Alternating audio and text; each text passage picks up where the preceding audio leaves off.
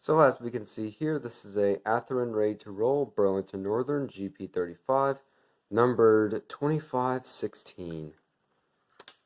And so we can look at the details. There's the logo, Burlington Northern.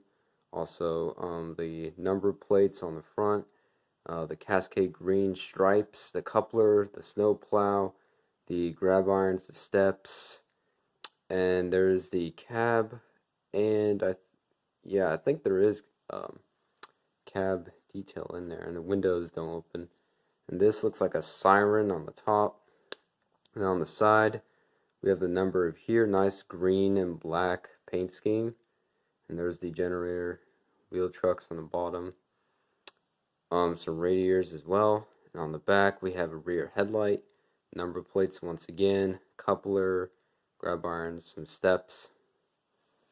And then we take a look on this side. There's the number once again, some white stripes, some steps here and a door that leads into the cab. On the trucks once again, some there's a red dot there. And on the roof we have some fans, and the horn is all the way back here. I guess it's unique for the GP35 model. And there's the vents there. And on the underbelly, just the wheels and the generator itself. So, yeah, I wanted a Burlington Northern locomotive for a while, because Burlington Northern is one of my favorite fallen flags, along with the Santa Fe, of course.